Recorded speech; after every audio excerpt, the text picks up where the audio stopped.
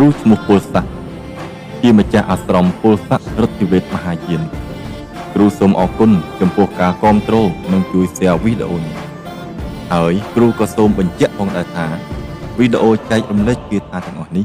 គ្រាន់តែជាធម្មទានដែលគ្រូផ្ដល់ឲ្យបងប្អូនខ្មែរបានស្គាល់ពីប្រភេទអបិយជំនឿរបស់ដូនតាខ្មែរខាងផ្នែកមន្តអាគមគាថាប៉ុណ្ណោះឯងយ៉ាងណាមិញ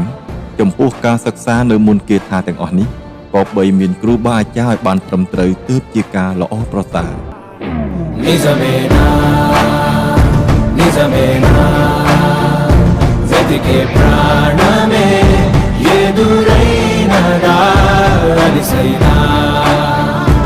ដើម្បីថែរក្សាមរតកដូនតាខ្មែរផ្នែកសិលសាស្ត្រវិទ្យាអាគមគាថាឲ្យបានយូរអង្វែងនិងគង់វង្ស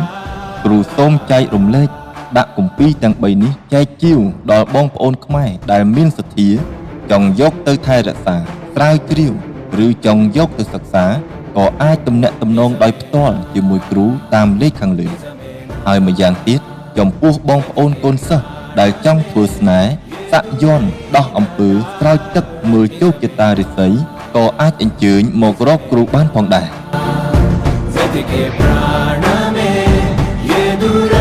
បណ្ដាអាថន្តិទាំងឡាយគឺជាមន្តអាគមដ៏ខ្លាំងក្លាមួយប្រភេទដែលបានកត់ត្រាទុកនៅក្នុងតម្រាស្លឹករឹតដែលបណ្ដាលមានការចេះចាំតគ្នាពីមួយជំនាន់ទៅមួយជំនាន់តាមរយៈបរិហិតឬគ្រូមន្តអាគមនីមួយៗហើយបណ្ដាអាថន្តិទាំងនេះល្អឬអាក្រក់គឺស្ថិតនៅលើការដឹកនាំបង្ហា